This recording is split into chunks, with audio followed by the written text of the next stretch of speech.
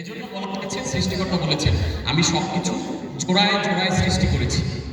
তাহলে একটু চিন্তা করে দেখুন তো, আপনি যে আপনার লাইফে স্ট্রাগল করছেন, আপনি যে আপনার লাইফের প্রবলেমকে দেখছেন, কেন ফিল করছেন? এটার আরেকটা সাইন আছে। Every problem has equal or greater possibilities. Just because you cannot see doesn't mean it is not there. আপনি আপনার প্রবলেমের পসিবিলিটি সাইডটা দেখতে পাচ্ছেন না, তার মানে এই জিনিসটা এক্সিস্ট করে না। এটা এক্সিস্ট করে, বাট ওই জিনিসটা দেখার চোখটা আপনার মধ্যে তৈরি হয় না। এখন আপনার পক্ষে 50,000 টাকা ইনকাম করা সহজ ভাবতেছে, আবার অপোজিটে 50 কোটি টাকা ইনকাম করা সহজ।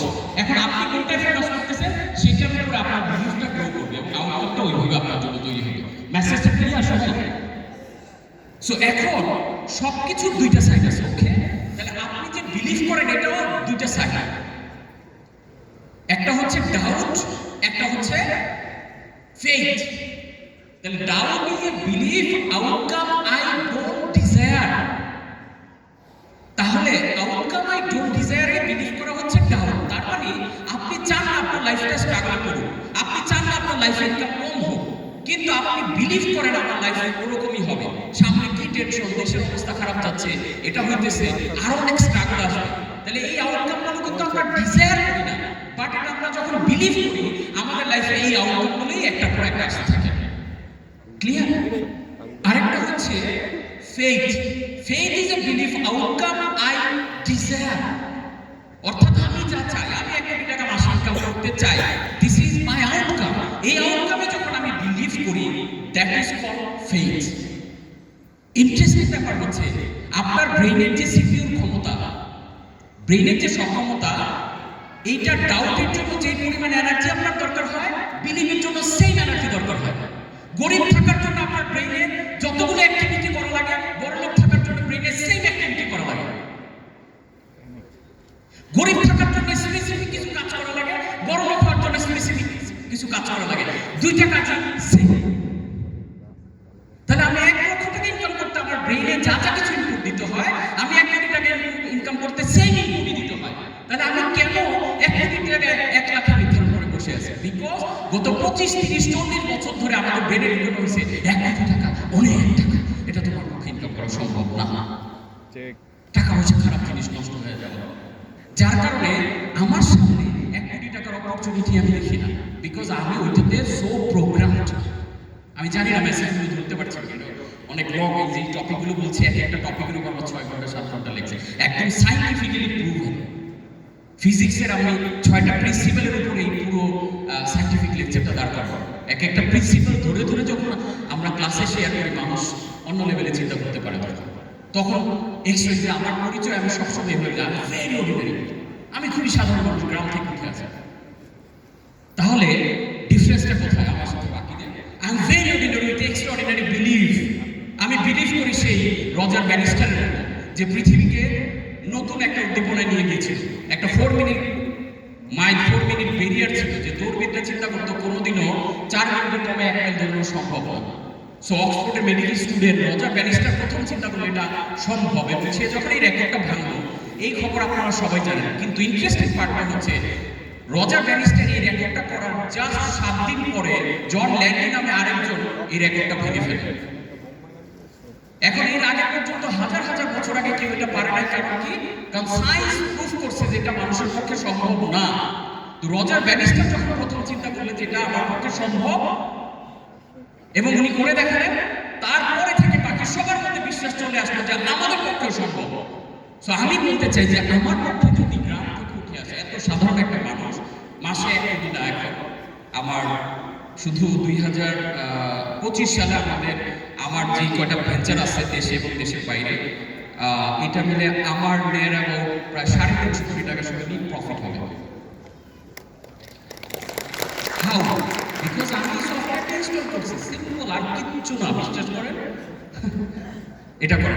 সো সর্বশেষ আমার টাইম শেষ, একটা থিওরি শেয়ার করে আমি আমার একটা ফিলোসফি শেয়ার করে আমি বিদায় নিব। আচ্ছা, আপনাদের যদি এরকম একটা ফিলোসফি শেয়ার করা হয়, এরকম একটা আইডিয়া শেয়ার করা হয়, যে আইডিয়াটা আপনি আপনার জীবনে ধারণ করলে আপনার লাইফে আপনি যা যা কিছু পেতে চান সব কিছু পাবেন। কে কে আইডিয়াটি নিতে রাজি? সবাই রাজি না?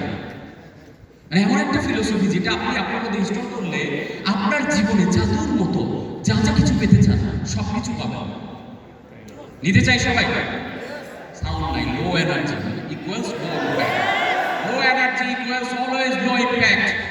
কারণ আপনারা ল অফ এনার্জিটা একটু পড়ে দেখবেন, তাহলে বুঝবেন যে আমরা যে লো এনার্জি, যে নেতায় থাকি, শুয়ে থাকি, এই আমাদের লাইফের নেতা একটা লাইফ তৈরি হয়। এনার্জেটিক থাকবেন, একদম সব দেখবেন যে বিলিনিয়াররা যেভাবে হাঁটে, তাদের হাঁটা চলা, কথা বলা সব কিছুর মধ্যে একটা এক্সট্রা পাওয়ার, একটা এনার্জি থাকে। তা আমরা শুয়ে পড়ি সারাদিন, মানুষের জিজ্ঞেস করে আলহামদুলিল্লাহ বলতে আমাদের কষ্ট হয়ে যায়, এত খারাপ থাকি আমরা। So you can have each and everything in your life what you want. সব পেতে পারবেন কিভাবে? সিম্পল একটা কাজ, if you just help enough other people get what they want. কি করবেন তাহলে? আমরা সবাই আসলে জিততে চাই লাইফে। আমরা জিততে চাইলে একটা সিম্পল কাজ করতে হবে,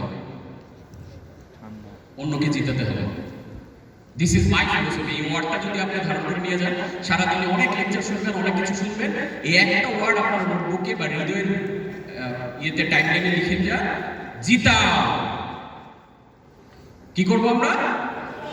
যখন আপনি অন্যকে জিতাবেন, অন্য সবাই দেখবেন আপনাকে জিতানোর কাজ করছে, সবাই সৃষ্টিকর্তা আপনার জেতানোর জন্য কাজ করবে। This is the ultimate philosophy. This is the ultimate solution of life. So আমি জাস্ট একটা ছোট্ট কাজ করতে বলবো, সবাই যে জিতাও ফিলোসফিটা যে ধারণ করলাম, এটা একটু গর্জন দিয়ে বলতে হবে। পারবো? এনার্জি খুব লো, দুপুরে খাওয়া হয় না। সিংহ বনে নেতৃত্ব কেন দেয় জানেন? তার কিন্তু বাঘের মতো তীক্ষ্ণ থাবা নাই, তার শরীরে এত শক্তি নাই গন্ডারের মতো, সে হরিণের মতো দ্রুত দৌড়াইতে পারে না। বাট সিংহে একটা মাত্র কারণে পৃথিবী লিড করে, বনকে লিড করে, বিকজ তার গর্জন। সে যখন গর্জন দেয় 5 কিলোমিটার পর্যন্ত ভূমিকম্পন হয়ে যায়, বাকি প্রাণীদের পিলা চমকে যায়। দ্যাট ইজ ওয়াই তাকে নেতা মানে। সো আমি এরকম একটা গর্জন আপনাদের দেখে শুনতে চাই।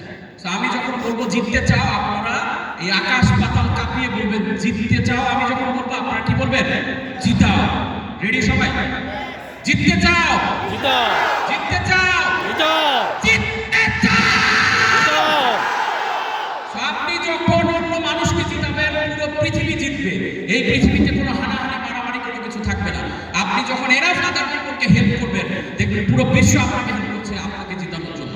সো আপনারা সবাই জিতুন, এই আশাবাদ ব্যক্ত করে জিতাও ফিলোসফি ধারণ করে এই হল থেকে বের হবেন। আজকে আমাদের এখানে বিদায় নিচ্ছি। আল্লাহ হাফেজ। Thank you so much. Thank you so much.